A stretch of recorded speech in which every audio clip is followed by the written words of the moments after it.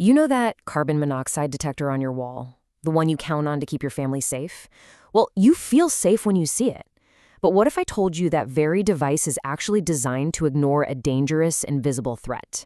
Today, we're going to pull back the curtain on its dirty little secret. Okay, so let's get right into it. We all think our CO alarms protect us from carbon monoxide poisoning, period. But here's the thing. They're built for one very specific job, to scream bloody murder during a full-blown catastrophic emergency. They're absolutely not designed to protect you from the slow, chronic, low-level exposure that can make your family sick for weeks or even months on end. And that brings us to the real heart of the issue. It's a safety standard called UL 2034. This standard basically governs every single CO detector you can buy in a store. And it's a total paradox, because it creates this false sense of security by, believe it or not, being designed to stay completely silent, even when a threat is in the air. So take a look at this number, 30 parts per million. That might sound small, but it's a low, persistent level of carbon monoxide. And all the research shows that long-term exposure, even at levels lower than this, can cause some pretty serious health problems. Now get this. This isn't a glitch. The UL standard actually requires that alarm to completely ignore 30 parts per million for a whole month straight, maybe even longer. It's an intentional design choice. Why? To prevent what they call nuisance alarms. But one person's nuisance is another family's chronic illness, and that creates a massive, massive safety gap.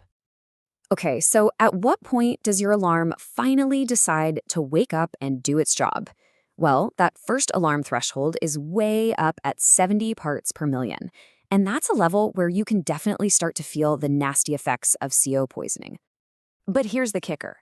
Even when CO levels hit that dangerous point, your alarm is allowed to just wait. It can take up to 4 hours before it makes a peep. The whole system is built to give a perfectly healthy adult just enough time to get out during a catastrophe. It was never meant to warn you about the poisonous air you and your kids could be breathing day in and day out.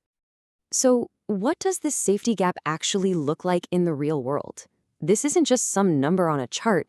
It's a real condition, it has a name, and its symptoms are incredibly, deceptively common. And here it is, chronic carbon monoxide poisoning. This is what happens when you breathe those nuisance levels of CO day after day, the very levels that standard alarms are built to ignore. It's so insidious because it looks and feels just like a bunch of other sicknesses. Just think about it for a second. That nagging headache that never goes away. That feeling of being tired that you just can't shake. Feeling kind of dizzy or foggy. Does any of that sound familiar? If your family's been passing around what feels like the flu that you just can't kick, well, it might not be a virus at all. It could be the air inside your house. There's a simple tool doctors sometimes use called the coma checklist. Just ask yourself these questions. But the most important one, the absolute game changer, is O for outdoors. Do your symptoms get better when you leave the house? If the answer is yes, the problem probably isn't you, it's your environment. Your house might literally be making you sick. So if that standard alarm you bought at the hardware store has this huge blind spots, what are you supposed to do? Well, thankfully, there's a whole different kind of device out there, one that's designed specifically to fill this exact safety gap. Really, it all comes down to philosophy. A standard alarm, that's an emergency alarm. Its only goal is to prevent you from dying right now. A low-level monitor, on the other hand, is a health monitor. Its goal is to prevent you from getting sick over time by giving you a super early warning long before things ever get catastrophic.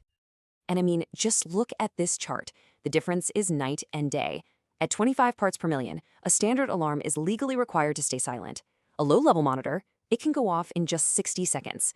Bump it up to 70 parts per million. The standard alarm could wait 4 hours. The low-level monitor goes off immediately. It's the difference between being alerted to a problem and being alerted to a disaster that's already happening. And this difference in protection is just so incredibly important because that whole UL standard, it's based on what an average healthy adult can tolerate. But let's be real, our homes are filled with people who are anything but average. The first people to be affected by low-level CO are always the most vulnerable. We're talking about our kids, our babies, the elderly, pregnant women, and anyone with a heart or a lung condition. That healthy adult standard offers them pretty much zero protection from the long-term health damage of low-level exposure. And hey, you don't have to take my word for it. Just read the fine print on the box of any standard store-bought alarm. It says it right there. It explicitly states that people with medical problems might need a device that warns them about CO levels under 30 ppm, which is the very thing the device inside that box is designed not to do. It's wild. So here's the bottom line. A standard CO alarm is an absolutely necessary last line of defense against a fatal emergency. But it is not a health device. To truly protect your family from the insidious threat of chronic poisoning, you really need a second line of defense, a low-level monitor. It's a simple upgrade that shifts your entire mindset from just preventing a tragedy to proactively protecting your family's health every single day.